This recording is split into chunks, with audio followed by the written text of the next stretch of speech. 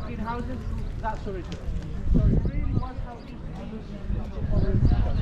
There are people living in it or there are Live here all year long.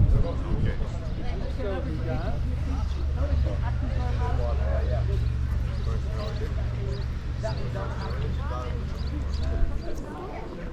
Just momentarily, oh, you know, for about 5 minutes there. look, we must be around for ages. Street. People of wealth would live on the dike, you see it's a little higher. Workers would live along. Nowadays people like a garden, so they left a few houses out. The only garden you would have had would be an over garden opposite your house where you keep your livestock, your wood, wash your clothes there in the basin with the canal water. You'll notice the front doors, the entrance to them are very high. Now the reason for that is we used to get a lot of flooding. Nowadays we keep it all in check. Back then we couldn't, so the higher the front door, the longer it takes the water to get in. Even though the front door only got used twice in a lifetime, officially anyway. Once when you grew up the family you grew up in, ceremonial, you'd get married, you'd go via the front door. And when you passed, in a coffin, also via the front door. Now another reason for that is the front door goes directly into the living room. Nearly all men were farmers around here, all day in the fields, covered in mud. So the lady of the house wasn't that happy if you go trampling in by the front door. So we used the side entrance, the mud house, get clean, and you're allowed in.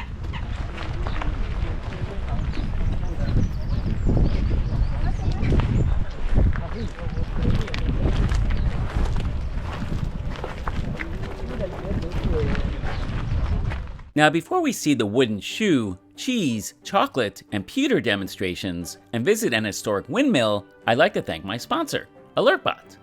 AlertBot is a website monitoring service that gives you peace of mind when you travel. If your website crashes or your customers have trouble accessing your pages, AlertBot will notify you of the issue so you can quickly fix the problem. AlertBot's clients include many Fortune 500 companies, including IBM, Sony, Disney, Chrysler, Travelocity, and MGM Resorts, to name a few. Check out their website at alertbot.com. There's a link in the video description. You can try this service for 14 days free.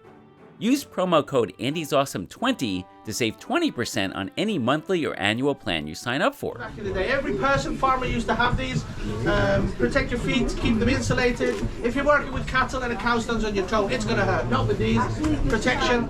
If you went to a farmer's market, you needed a certain product, you look at the shoes, say, do you have that product? You see where people from, their style, and type of clogs they're wearing. You don't see them as much anymore. A lot of farmers do tend to still use them, or just have them at the back doors,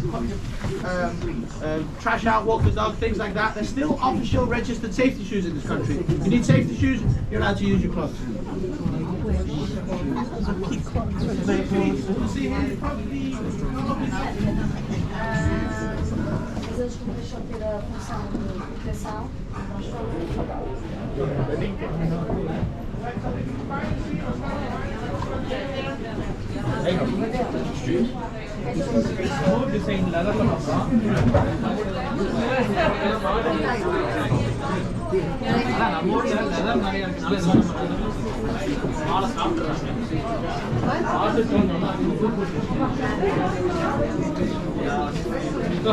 Alright, good morning everybody and welcome to the Wooden Shoe Workshop. Today we'll show and explain to you how wooden shoes are made nowadays. First of all, the type of wood that's used to make wooden shoes. Poplar or willow. This is a piece of fresh, wet poplar. Now we use this wood because it's easy to cut. Traditionally, all wooden shoes were made by hand, and a large knife like this one was used for the outside shape. The inside, several spoon scoops were used to hollow out the inside. This would take a skilled wooden shoemaker about 2 to 3 hours to make one pair of wooden shoes. Nowadays with machines, it only takes 5 minutes. And what this machine does is it makes a copy of the model, just like a key copying machine.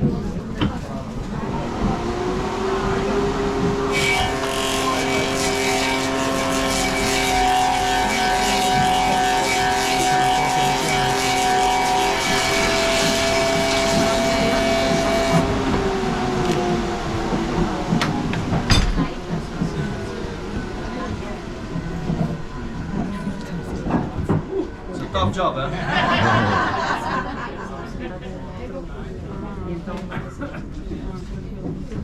And there you have it, the rough outside shape. Now the same principle applies for the inside. Again, we make a copy of the model.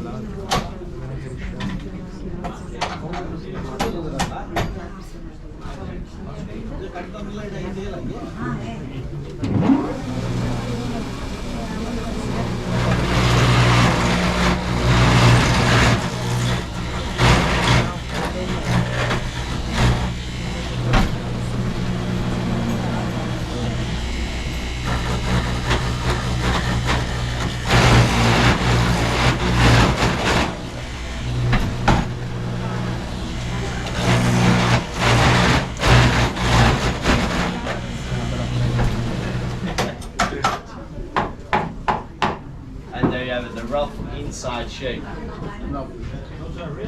Now the heel and toe are still cut off by hand.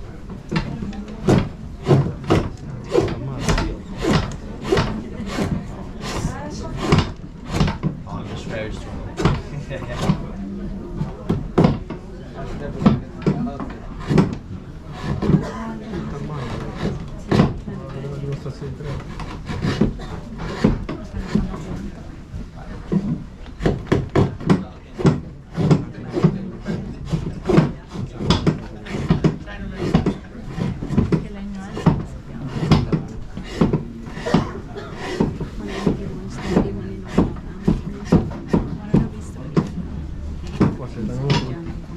And there you have it. We're not finished yet. We're not finished yet. In the beginning I told you the wood was wet. I'll try to show you. No, I didn't screen it, don't worry. This is all water from the tree. Now we need to dry it in the shoe for about 3 to 4 weeks. And after it's dried, we polish it on a sandpaper belt. And the result will be a fully polished wooden shoe for a child about 4 years old. Now, this might look big for a 4-year-old. Now, reasons to wear wooden shoes, they're very strong. Ooh. They're waterproof, they keep your feet warm in the winter. Wear them with thick woolen socks and 1 finger space behind to avoid blisters and for extra comfort. Thank you very much for your attention and have a nice day. Thank you.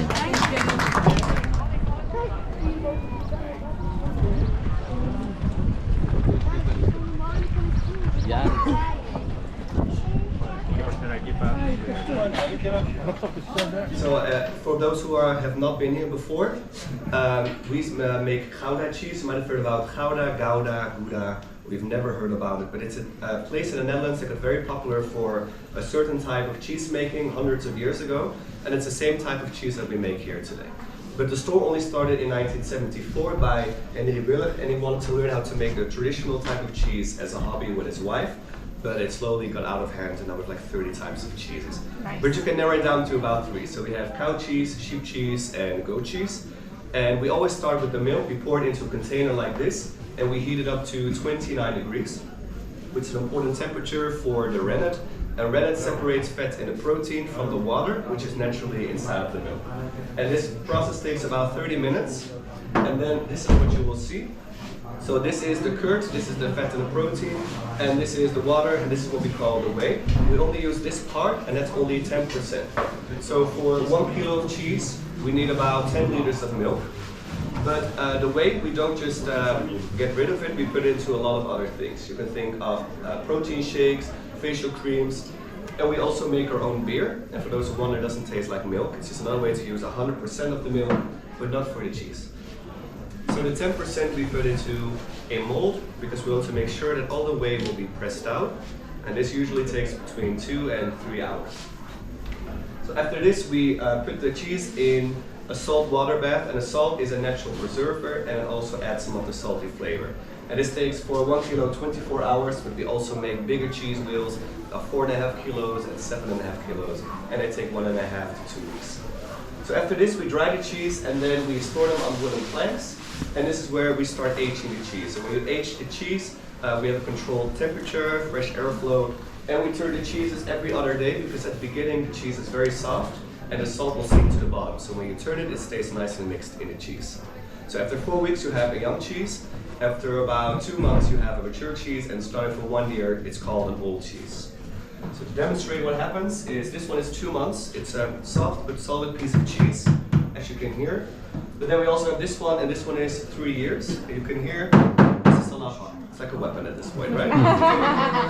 The older the cheese, the harder the cheese gets, but also the stronger. And some people like young cheese, some people like old cheese.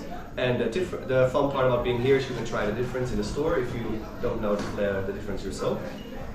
So another type of cheese we have is the smoked cheese. This is a melted cheese. So we melt the cheese, underneath we burn oak wood, and the smoke slowly gets into the cheese. You will see the outside gets a little brown, and that's because of the smoke. But you can still eat it. It's really nice. And this one is with jalapenos. It's very nice. It's one of the more popular ones. And speaking of flavors, sometimes at the beginning we mix some other spices through the curd, which explains why we have so many types of cheeses. And you can think of like herbs and garlic. We have pepper. We also have fenugreek. Not everyone knows what it is, but it's a seed we get from India, and it tastes a little like nuts. And yeah, we have a lot of them. So when the cheese is finished, we put a coating around the cheese, as you can see here. And this is a wax coating. Because of this coating, you can keep cheese out of the fridge for 1 month, in the fridge 3 to 4 months, but the moment you open it, you have to refrigerate it. So when you want to eat the cheese, well, you have to remove it. Sometimes people come here and they say they ate the cheese, including the wax. So I always make sure people know that we always remove this. So this part here, we use a slicer to remove it, because it's very easy to just remove the little part of the wax. And the same tool you can use to make slices for a sandwich or a cracker or whatever you want. And that's basically how we eat cheese.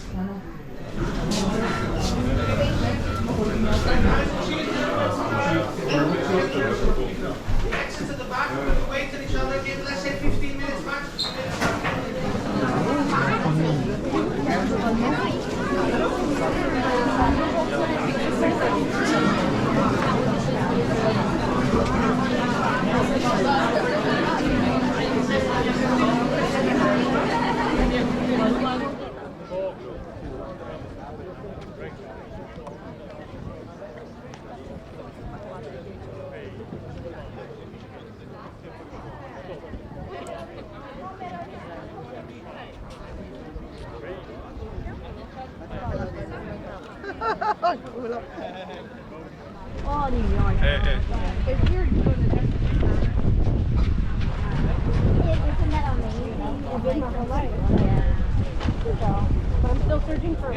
Right, I like to call these the factories of the past, the industrial windmills. At a certain time we had 700 to 800 of these mills divided on each side of the riverbank. Most of them were lumber mills, like the one you see here, and the one dead straight ahead. You can see the ramp with the logs waiting to be pulled up and cut into sheets of wood. Now how a lumber mill works, you've got the blades going round, and at the back you have a crankshaft attached. So you go like this, and at the bottom you have your up and down movement. Put your saw blades all along, pull your log through, and it'll be cut into sheets of wood. On average, it takes about an hour for a meter to cut, which seems quite slow, but you've got to imagine before that men were doing it by hand, 1 sheet at a time. So on average it's about 30 times quicker as it was before. And the good thing for the Dutch is we invented the lumber mill. And that's when we started trading, dominated the world trade routes, and it was all because of the invention of the lumber mill. Without that, we probably wouldn't be here today. Now, if the wind direction changes, you need to change the direction of the mill. This complete structure can turn 360 degrees. Thing is only the top half, that's the one we're going in, more when we're there. Welcome to the only working pigment mill left in the world. Pigment is a base for a paint. Great painters like Rembrandt, Van Rijn, Van Gogh, Monet would come to mills like this, purchase their pigments so they'll be able to paint.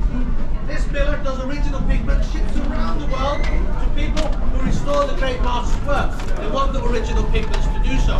One of their biggest customers is the Vatican City, as they have so many murals to restore. As you can put on here, this goes round and round and round, so you're left with a very fine white powder, which is a base for a white paint.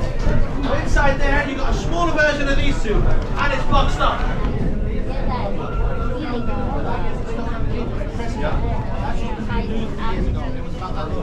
It's a little steep. Don't worry, thank you.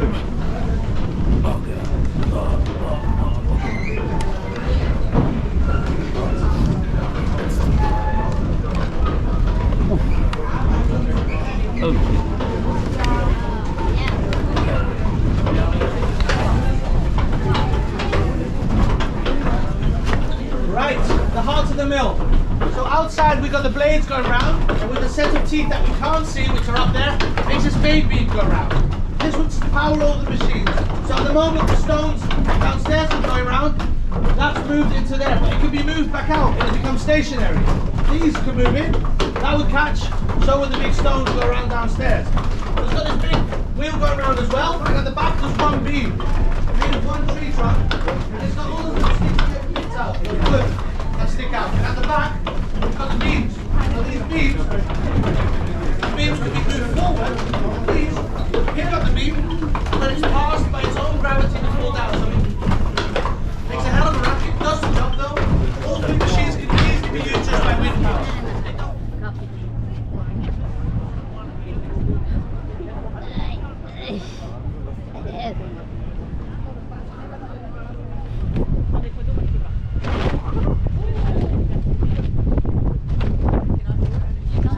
Right guys, so I was telling you all how that other structure turns 360 degrees.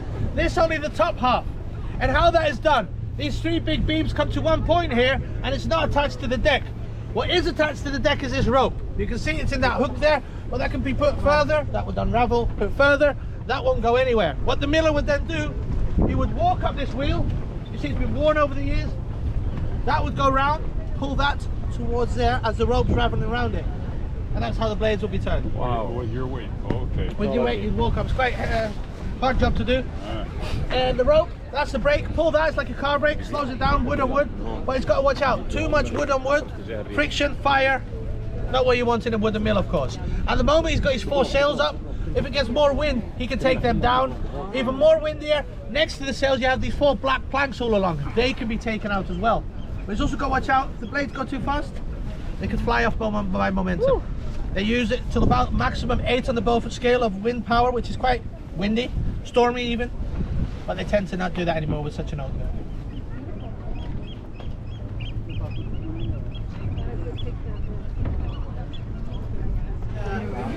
Ice cream cube.